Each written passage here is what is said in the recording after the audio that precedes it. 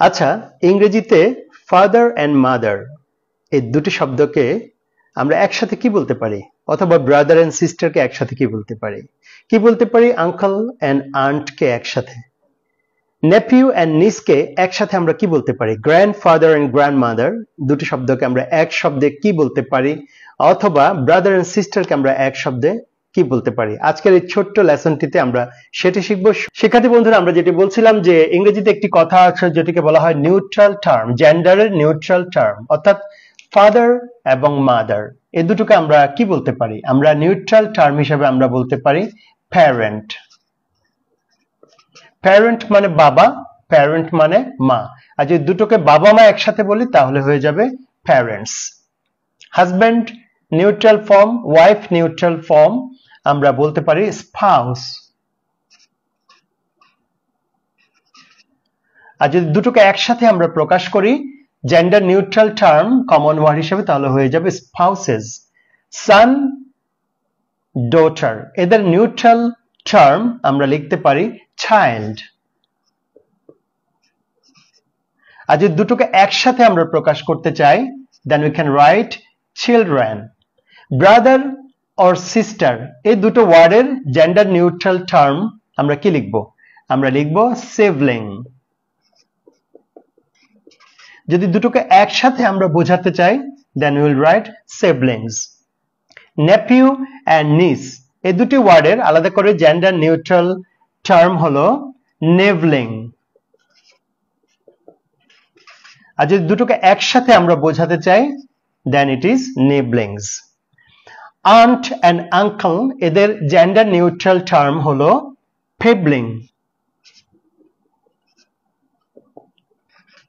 আর যদি আমরা একসাথে বোঝাতে চাই আঙ্কেল অ্যান্ড আন্টকে আমরা একসাথে বোঝাতে চাই then it should be ফেবলিংস।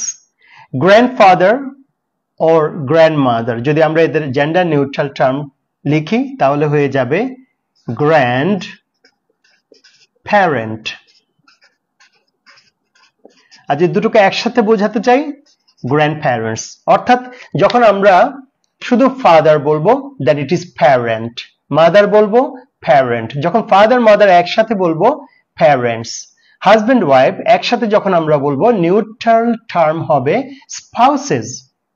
San and ডটারকে যখন আমরা একসাথে বোঝাবো then it should be children. Brother and সিস্টারকে যখন আমরা একসাথে বোঝাবো সিবলিংস। নেপিউ এন্ড নিসকে যখন আমরা একসাথে লিখবো then it should be gender neutral form হবে নেবলিংস। আন্ট এন্ড আঙ্কেলকে যখন আমরা একসাথে লিখবো তখন এটি হয়ে যাবে ফেবলিংস। যখন আমরা গ্র্যান্ডফাদার এবং গ্র্যান্ডমাদারকে একসাথে বোঝাবো গ্র্যান্ড প্যারেন্টস।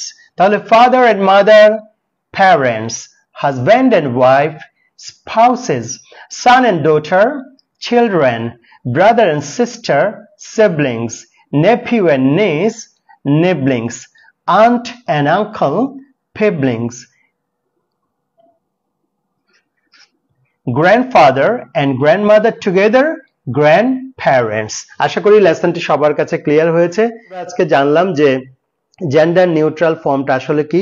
আমরা অনেক সময় স্পাউস ব্যাংকের ফর্মে অথবা বিদেশ যাওয়ার হায়ার স্টাডির জন্য যখন আমরা ফর্ম ফিল আপ করি তখন সেখানে কিন্তু স্পাউস তারপর প্যারেন্টস এই শব্দগুলো থাকে, অনেক সময় আমরা এগুলো নিয়ে কনফিউজড হয়ে যাই। সো এখানে কনফিউজড হওয়ার কিছু না, আজকের লেসনে আমরা খুব সুন্দর করে আলোচনা করলাম।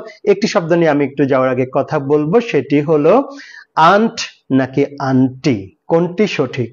সো আমরা সাধারণত হিন্দিতে দেখি আন্টি শব্দটি বেশি ব্যবহার হয় এবং সেখান থেকে আমাদের দেশে এটি প্রচলিত হয়েছে।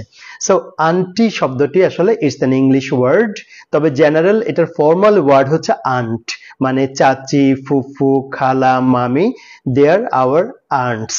তাহলে আন্টি কখন আমরা বলবো? আন্টি হচ্ছে যখন আমরা উইথ অ্যাফেকশন, যখন আমরা শ্রদ্ধা ভালোবাসা মিশিয়ে কাউকে ডাকবো, মামা চাচা, মামা চাচি, মামি চাচি, খালা ফুফু, তাদেরকে যখন আমরা ডাকবো তখন আমরা তাদেরকে আন্ট না বলে আমরা আন্টিও ইংরেজিতে ডাকতে পারবো। So aunty is aunt with great affection. যদি শ্রদ্ধা ভালোবাসা মিশিয়ে আমরা আন্টকে ডাকি তখন আমরা আন্টি শব্দটি ব্যবহার করতে পারবো। সো আজকে আমরা জেন্ডার নিউট্রাল ফর্ম নিয়ে, টার্ম নিয়ে কথা বলেছি।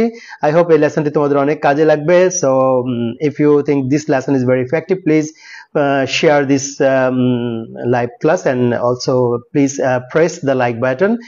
And I would like to request you all to subscribe my YouTube channel. That's all for today. Thank you very much. Stay well and keep in touch. Allah Hafiz.